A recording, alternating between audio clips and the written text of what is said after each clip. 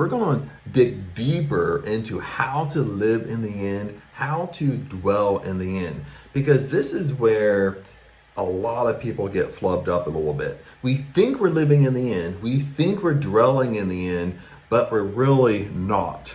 Now, what we're doing is I'm taking it out of Neville Goddard's book called The Law and the Promise. We're focused on chapter 2, and it's called Dwell Therein. Chapter 2 is so powerful because Neville Goddard has a pupil, and his pupil wanted to put Neville Goddard to the test, put the law of assumption to the test, put what Neville Goddard was saying.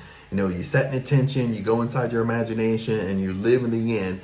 He wanted to put this to the test to see if this really worked. This is a powerful story, so let's get rocking. Now I'm going to start off with a quote here. I wish it was true of a man's noble dreams, but unfortunately, perpetual construction, deferred occupancy is a common fault of man. Why build a stately habitation unless you intend to dwell therein?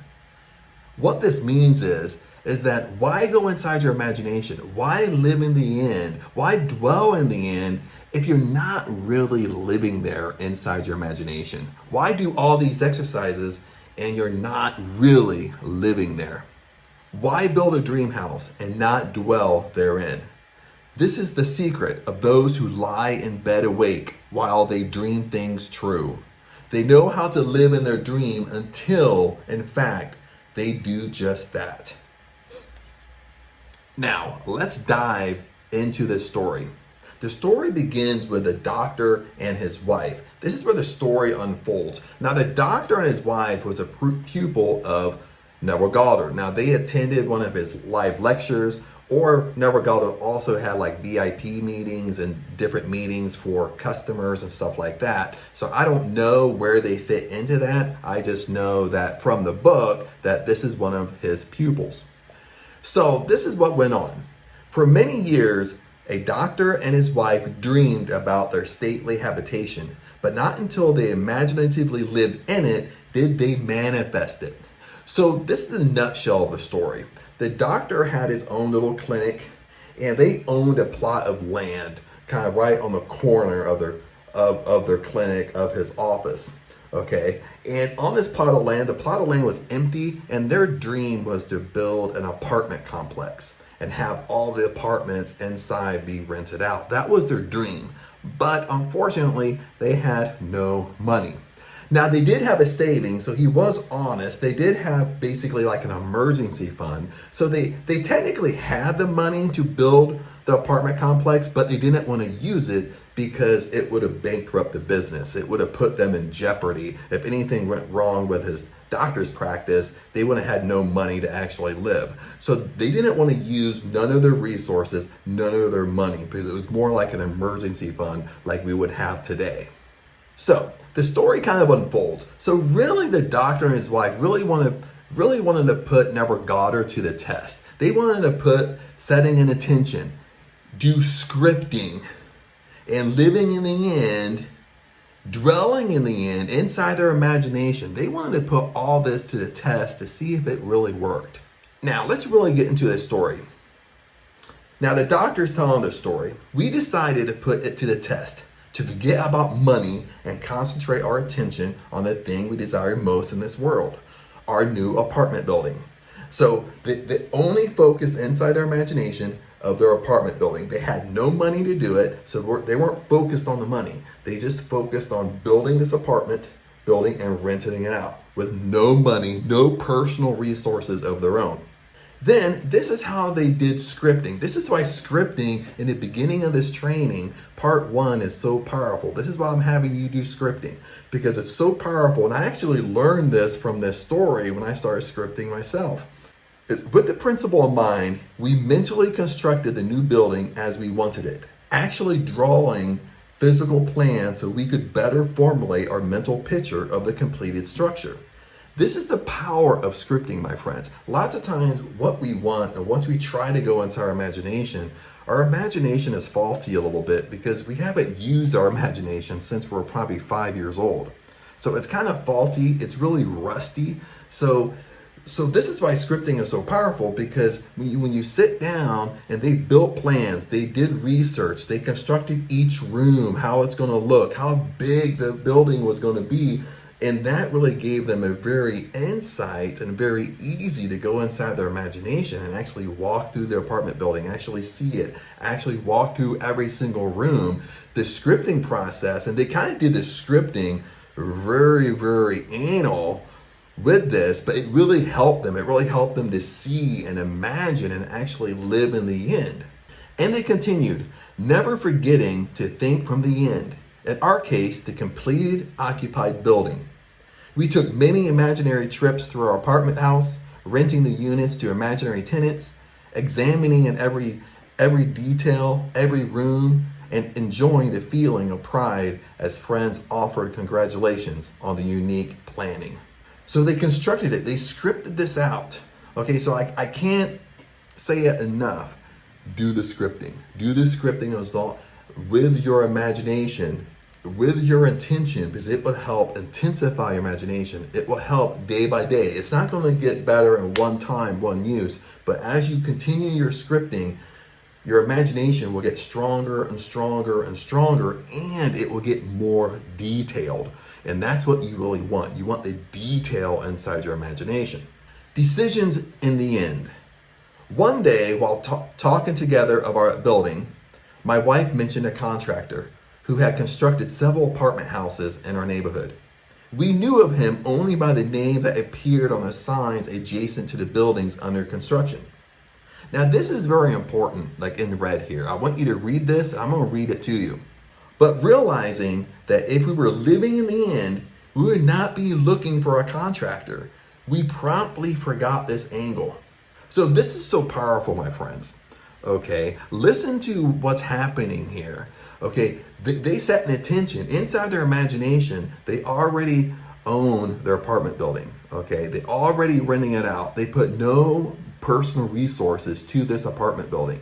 Okay, so what they're doing is now they're living in the end, and they realized, like most of us, we try to control the how. We start thinking to ourselves, well, I have to run around and find a contractor to help build my apartment.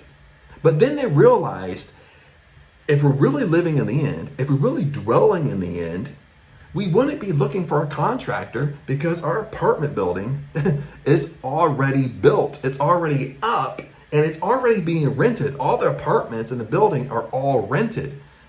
So if you're really living in the end at that moment, our decision in present moment, in present time, right now, we wouldn't be looking for a contractor.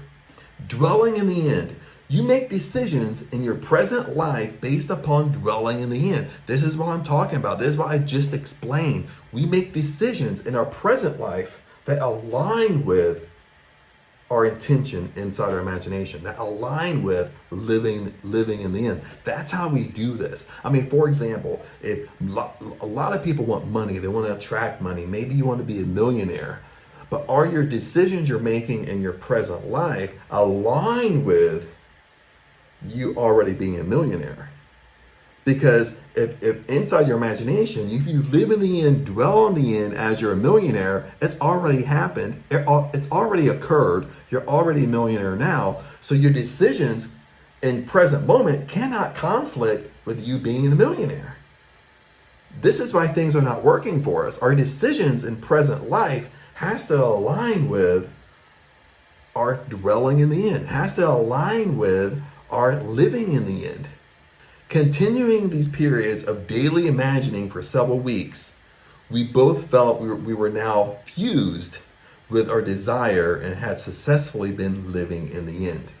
So now they're basically saying the reason why they didn't look for a contractor, because they've been set the intention, going inside their imagination. They've been living in the end, dwelling in the end for several weeks. Now, I don't really know what several weeks mean. In retrospect, several weeks for me would mean, it could mean a month, 2 months, 3 months. So we don't really know how long they've been doing it. But what they said is that they've been doing it so long that now they felt fused with it. So now what I like to do is look at the word fused. Let's have some fun here for a second. Okay, let's look at the definition of fused. Now, by definition, from fused means joined together into a whole. I don't mean a fuse you put, you blow a fuse in your house and you change it. We mean fuse. It's fused together. It combines. It becomes a whole. It becomes one. That's what they mean. Another definition is joined or blended to form a single entity. Okay, basically what's happening, here's your imagination. Okay, here's your intention. Here's your living in the end. This is what you want. This is your life. Now, in the beginning, when we start doing this, it's two separate entities. When you finally really dwell in the end, it becomes fused together into one. Meaning you actually have inside your imagination, you actually dwell within, you actually live there until you see it in your reality. Another definition is when two things are fused, they become one fused whole, permanently attached and combined. So that's what they mean. It's permanent. Once they fuse together, once you wake up one day, a light bulb pops off, and you realize that you've been dwelling in the end. You actually believe it. You believe it to your core. You're fused with it. You start carrying yourself, acting as if that it's already occurred. You already have. That's when you're fused with it, and that's when, at the moment when things start to basically quickly start coming into your life, just like in this story.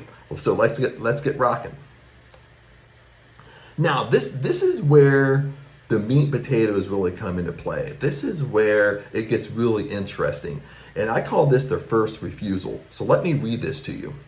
One day, a stranger entered our office and identified himself as the contractor whose name my wife had mentioned weeks before. In an apologetic manner, he said, "I don't know why I stopped in here. I normally don't go see people, but rather people come see me." He explained that he passed our office often and had wondered why there wasn't an apartment building on the corner lot. So remember, the doctor and his wife owned the land of the corner lot. And this contractor, just by chance, just by thought, wanted to go in and talk to him. Well, why isn't there a building on this corner lot? And remember, this contractor is very successful. He's probably very rich, but very successful during that time in that area. So if you're a successful contractor, you're not really searching for customers. Your customers are coming to you.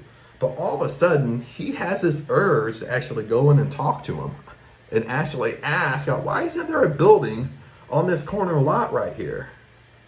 We assured him we would like very much to have such a building there, but that we had no money to put into the project, not even a few $100s it would take for plans. And this is very interesting what they said. Our negative response did nothing to faze him and seemingly compelled. He began to figure and devise ways and means to carry out the job unasked and unencouraged by us. So basically, they're taking dwelling in the end. They're taking what Neville Goddard is saying to the very limit here. They're actually refusing. Somebody came in to help them to actually build the building. But remember, inside their imagination, inside dwelling there, inside living in the end, dwelling in the end, their apartment building was already built. And they put no money into it. They put no personal resources. So they just basically let the contractor come in, talk to him, and they just said, "Oh, no, thanks for coming." They just let him leave. They didn't jump on the opportunity because the apartment building was already built. It was already theirs, and they put no personal resources to it. Then it happened again. They denied a second time. Forgetting the incident, we were quite startled when a few days later this man called, informing us that plans were completed and that the proposed building would cost us $30,000. We thanked him politely and did absolutely nothing. So now he comes back with a plan, tells them it's going to cost them $30,000, and they denied it. They were nice to him, but still denied it. Why? Because inside their imagination, inside living in the end, They paid no money for their apartment building.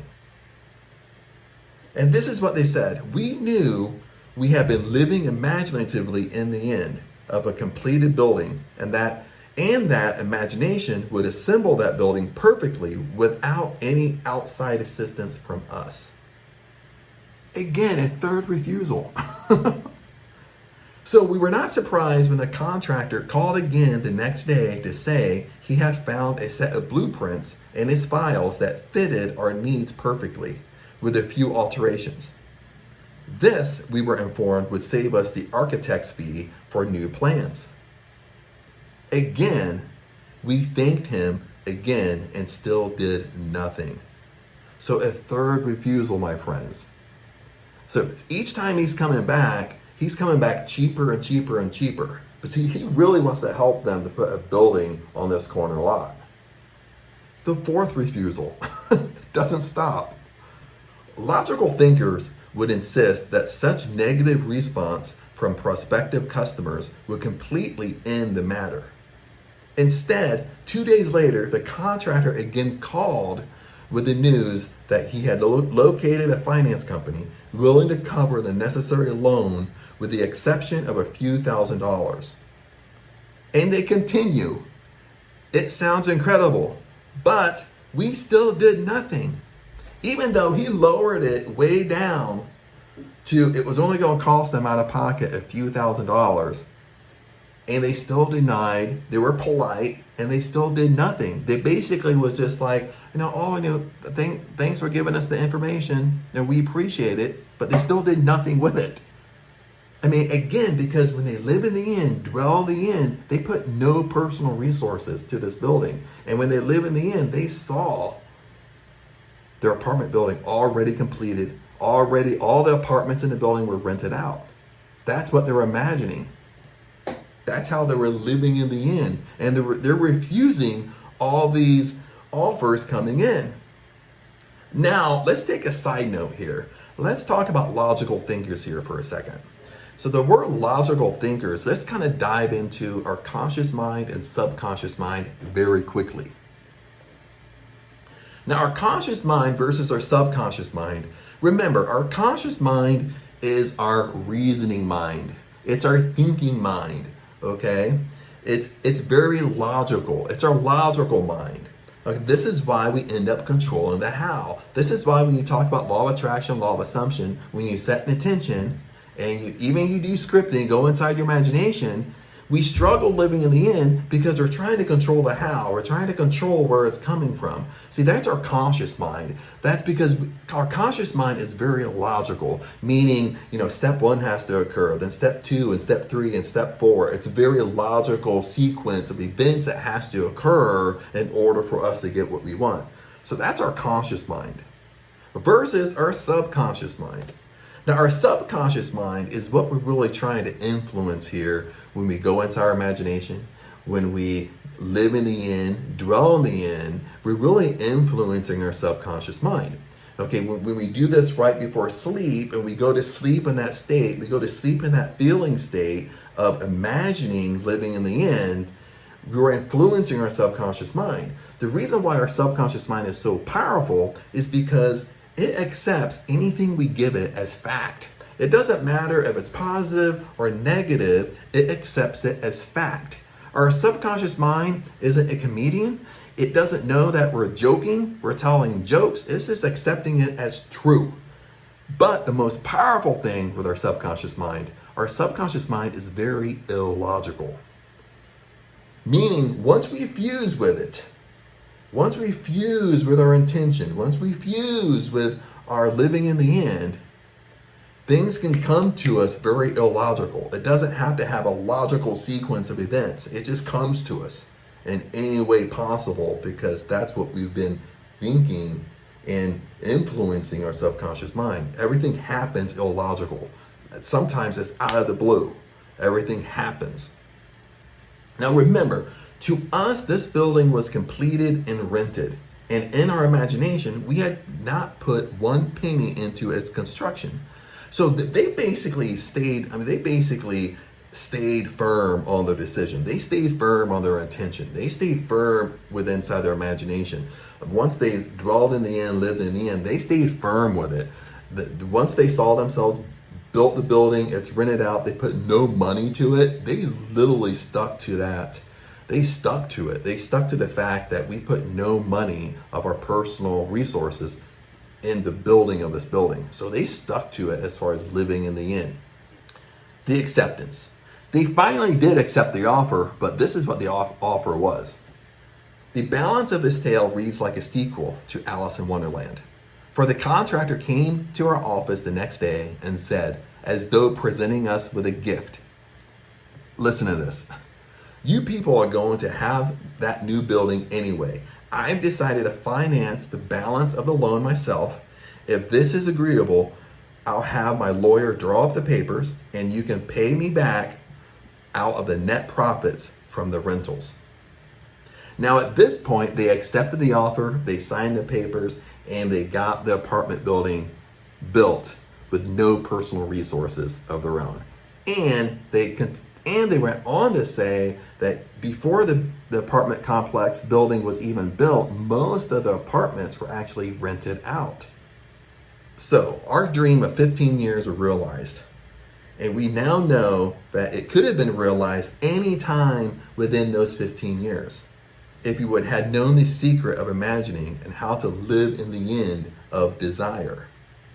But now it was realized. Our one big desire was objectified, and we did not put one penny of our own money into it. Dr. M. See, this is a powerful story. When I read this and heard this and listened to it and read it myself, this was so powerful. This is exactly how we live in the end, dwell in the end, is we make decisions in our present life as we would, acting as if everything is true of our intention. And this is a question for you. Are you dwelling in the end? Are you dwelling within? Are you living in the end? Are you really doing it? Because in the beginning, it's easy to say that you set an intention, I'm doing the scripting, I'm imagining, I'm trying to fall asleep in that state. But are you really living in the end? Are you really acting as if? Are you really dwelling in the end, just like the doctor and his wife in this story? Are you making decisions in your own present life that are fused with your intention? And let me give you an example before we leave. Just like most people want money, most people want to be a millionaire, or they want big salaries, or they want double their salary. But are you making decisions in your present life that align with your intention of having a double salary, making $100,000 a month, being a millionaire? Are your decisions now fusing with your intention, fusing with living in the end? That's where the power comes from, is because we become so fused with it, we act as if, but in our present moment, in our present life, because life continues, of course, we're making decisions that fuse with it. I mean, just like if I want to be crazy enough, just like this story, if I sit there and say I'm a millionaire, I make $100,000 a month, what in turn would I be searching for a job? No, I wouldn't, because I'm already a millionaire. Make sense? Would I be worried about money? No, I wouldn't, because I'm already a millionaire. Would I be worried about paying my bills? No, I wouldn't, because I'm already a millionaire. If I happen to go out to eat and the bill's a little bit larger than expected, would I have a mental breakdown over it? No, I wouldn't, because I'm already a millionaire. So this is how we start fusing with it. Okay, we have to make decisions in our present life that align with our intention, that align with living in the end. That's how we get so much power from this. This is what they were doing. They used scripting to really script out their intention, to really script out so they can really easily go inside their imagination and get more and more detailed. Once you get more and more detailed, it becomes more and more powerful for you. Then as you do it day in and day out and day in and day out, whatever that number is, I don't know if it's days, weeks, months, whatever that number is. One day you're gonna wake up and you're gonna become so fused with what you want. You're gonna become so fused with your intention that it becomes real for you. And when it becomes real, when your subconscious mind takes over and it becomes true, everything will start falling into place rather quickly, my friends.